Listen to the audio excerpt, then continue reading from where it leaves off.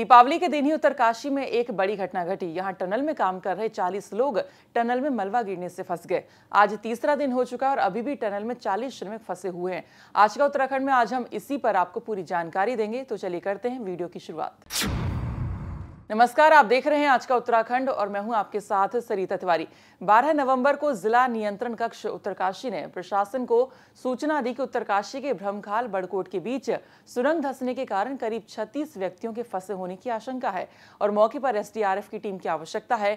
इसके बाद सूचना मिलने पर एसडीआरएफ एनडीआरएफ रेस्क्यू टीमों को आवश्यक रेस्क्यू उपकरणों के साथ घटनास्थल भेजा गया था और युद्ध स्तर पर राहत और बचाव कार्य शुरू किया गया। देखिए, जो ऑगर मशीन है जो हॉरिजॉन्टल ड्रिलिंग के लिए है वो बुला ली गई है। वो रात को 2:30 बजे ही पहुंच गई थी और जो 800 mm और 900 mm डायमीटर के जो पाइप की ज़रूरत थी वो भी सुबह तक पहुंच गए हैं। और जो रैंप बनाना था ऑगर मशीन के लिए वो भी अभी 12:30 बजे तैयार हो गया है। तो ऑगर मशीन जो है वो पूरी तरीके से रेडी है। जो होल सेटअप बनाना था हॉरिजॉन्टल ड्रिलिंग के लिए तो वो रेडी हो चुका है और मुझे लगता है कि आज शाम तक, आज रात तक या कल अर्ली मॉर्निंग तक वो जो हम पाइप के थ्रू ब्रेक थ्रू कर लेंगे दूसरी साइड, और उसके बाद जो उनको इस साइड लाना है तो वो ज़रूर चालू हो जाएगा। बाकी लास्ट टाइम जो कम्युनिकेशन एस्टैब्लिश हुआ था वो 12:30 बजे हुआ था उनसे, और हर 3 घंटे में उनको राशन की सप्लाई और कम्युनिकेशन जो है उनसे बात की जा रही है। और 3 परिवार जो हैं बाहर से आए भी हैं, एक झारखंड के थे और एक उड़ीसा के हैं, वो आए हैं और उनके परिवारजनों से हमने वहाँ से उस पाइप के थ्रू उनसे बात कराई है। तो उन्होंने ये बताया अभी कि वो सब सेफ़ हैं और खाने पानी की सप्लाई, ऑक्सीजन की सप्लाई सब प्रॉपर हो रही है और रेस्क्यू ऑपरेशन जो है युद्ध स्तर पर जारी है। बट मुझे लगता है कल शाम तक, आज शाम तक या कल मॉर्निंग तक ही इसको हम रैप कर पाएंगे। आपको बता दें कि जनपद उत्तरकाशी के यमुनोत्री राष्ट्रीय राजमार्ग पर धरासू और बड़कोट के बीच सिलकियारा के समीप निर्माणाधीन लगभग 4531 मीटर लंबी सुरंग, जिसका सिलकियारा की तरफ से 2340 मीटर और बड़कोट की तरफ से 1600 मीटर निर्माण हो चुका है। यहां 12 नवंबर की सुबह करीब 8:45 पर सिलकियारा की तरफ से लगभग 270 मीटर अंदर और लगभग 30 मीटर क्षेत्र में ऊपर से मलबा सुरंग में गिर गया। इसके कारण 40 लोग वहां फंस गए थे। कार्यदायी संस्था NHIDCL के द्वारा उपलब्ध कराई गई सूचना के अनुसार फंसे हुए व्यक्तियों में से 2 उत्तराखंड के, 1 हिमाचल, 4 बिहार के, 3 पश्चिम बंगाल के, 8 यूपी के, 5 उड़ीसा के, 15 झारखंड के और 2 असम के बताए जा रहे हैं। वहीं मुख्यमंत्री पुष्कर सिंह धामी इस पर नजर बनाए हुए हैं। वो खुद कल वहां पर गए और अधिकारियों से जानकारी ली और टनल में फंसे श्रमिकों से बातचीत भी की और उन्हें जल्द बाहर निकालने का आश्वासन दिया। इसके अलावा प्रधानमंत्री नरेंद्र मोदी ने भी सीएम धामी से इस बारे में बातचीत की और हर संभव मदद करने का आश्वासन भी दिया है। देखिए, यहाँ पर तेजी से जो बचाव का काम है, रेस्क्यू का काम है, मलबा हटाने का जो काम है वो तेजी से चल रहा है। और यहाँ पर चूंकि कंप्रेसर के माध्यम से उनको खाने के लिए भी जो लोग अंदर है, खाद्य सामग्री भी अंदर भेजी गई है और सभी लोग अभी पूरी तरह से ठीक हैं। उनसे लगातार यहाँ पर बात भी हो रही है, इसलिए हम आश्वस्त हैं कि जल्दी से जल्दी ये रेस्क्यू पूरा कर लिया जाएगा। और जो भी विशेषज्ञ हैं उन सभी से बात हो रही है। राज्य सरकार और केंद्र सरकार लगातार इसको लेकर गंभीर है। माननीय प्रधानमंत्री जी ने, गृह मंत्री जी ने, हमारे रेलवे मंत्री जी ने स्वयं सभी लोगों से बात की है। माननीय प्रधानमंत्री जी ने तो बहुत विस्तार से इस सारे घटनाक्रम की जानकारी ली है और उन्होंने हर संभव हमको भरोसा दिया है कि हम पूरी मदद करेंगे। और मैं सभी जो हमारे भाई अंदर हैं उनके पारिवारिक जनों से भी कहना चाहता हूं कि हमारा हर संभव प्रयास है कि उनको सुरक्षित जल्दी से जल्दी बाहर निकालें। निर्देश दिए आपने कार्रवाई करने के? नहीं, कार्रवाई लगातार हो रही है और पूरी गंभीरता से हो रही है। हमारी सबकी पहली प्राथमिकता है कि सबको सकुशल बाहर निकाला जाए। उत्तराखंड के सड़क मार्ग की सबसे लंबी सिलकियारा टनल में फंसे हुए मजदूरों को सुरक्षित बाहर निकालने के लिए अब टेक्निकल एक्सपर्ट के द्वारा नई रणनीतियां बनाई जाने लगी हैं। हालांकि अभी तक कंट्रोल रूम के द्वारा मजदूरों से हुई बातचीत के अनुसार सभी सुरक्षित बताए जा रहे हैं। उन्हें पर्याप्त भोजन और ऑक्सीजन सप्लाई की जा रही है।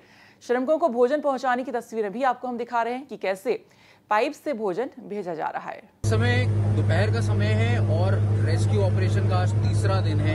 मेरे पीछे ठीक देखा जा सकता है कर्नल दीपक पाटिल ने एक बार फिर इस टनल की कमान संभाली और उनके कमान संभालने के तुरंत बाद टनल के एक एरिया को सील कर दिया गया है।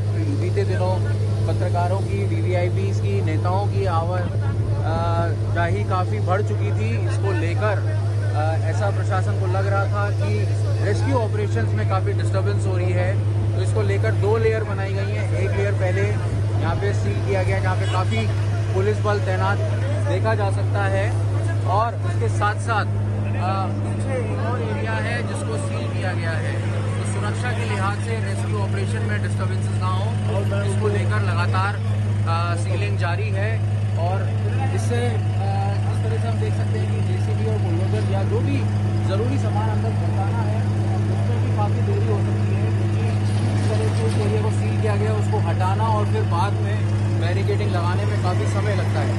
आपको इस टनल के बारे में कुछ चीज़ें बताते हैं। 2018 में NHIDCL जो कि भारतीय सरकार का एक उपक्रम है, उसका और नवयुग कंपनी का टाइप हुआ था।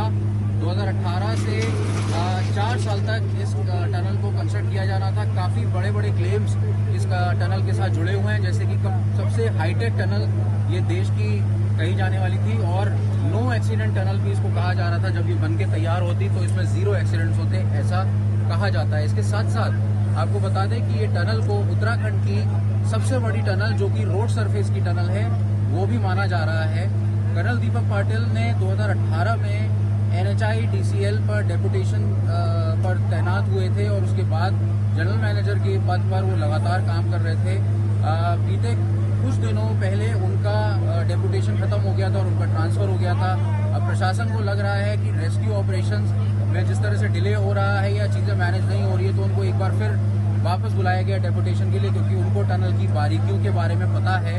आपको टनल का अगर हम माउंट दिखाएं तो करीब 15 फीट ऊंची और 13 फीट चौड़ी ये टनल है, और इसके 200 मीटर अंदर जो मलबा जिसने टनल को ब्लॉक किया हुआ है उसका कटान अभी भी जारी है। ऑगर ड्रिलिंग मशीन को यहाँ लाया गया है, जो कि 900 mm के जो स्टील पाइप्स हैं उनको इंसर्ट करके और एक पैसेज बनाया जाएगा, जिसके बाद वर्कर्स जल्दी बाहर आएंगे। आज जो वर्कर्स अंदर ट्रैप है उनमें से एक कोटद्वार के रहने वाले गबर सिंह नेगी के परिवार में यहाँ पहुँचा है, और उनके बेटे ने गबर सिंह नेगी से पाइप के माध्यम से बातचीत करी है, जिसमें उन्होंने बताया कि हम सब ठीक हैं और चिंता करने की ज़रूरत नहीं है। बेटे और परिजन काफ़ी परेशान हैं, क्योंकि 3 दिन के करीब समय बीत चुका है, और हर घड़ी जहाँ पर एक एक मिनट बहुत कीमती है, उसको लेकर चिंता बढ़ती जा रही है।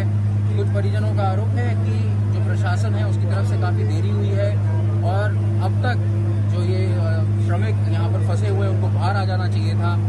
इसके पीछे कई तरह की थ्योरीज भी सामने आ रही हैं कि क्या टनल प्रशासन को पता नहीं था कि ये जो अनकंसोलिडेटेड मटेरियल है, जो कि सैंड और छोटे स्टोन से बना पहाड़ है, वो नाजुक है, और जिस तरह से कंस्ट्रक्शन हो रहा है आगे खतरा है कि नहीं, उसमें कोई रेड अलर्ट या किसी तरीके की वार्निंग जारी नहीं की गई थी, जिसकी वजह से हादसा हुआ। अच्छी बात ये थी कि जो वर्कर्स हैं वो डेब्रीज के नीचे नहीं आए। अगर डेब्रीज के नीचे आते तो आज यहाँ के हालात दूसरे ही होते, त्राहिमाम होता।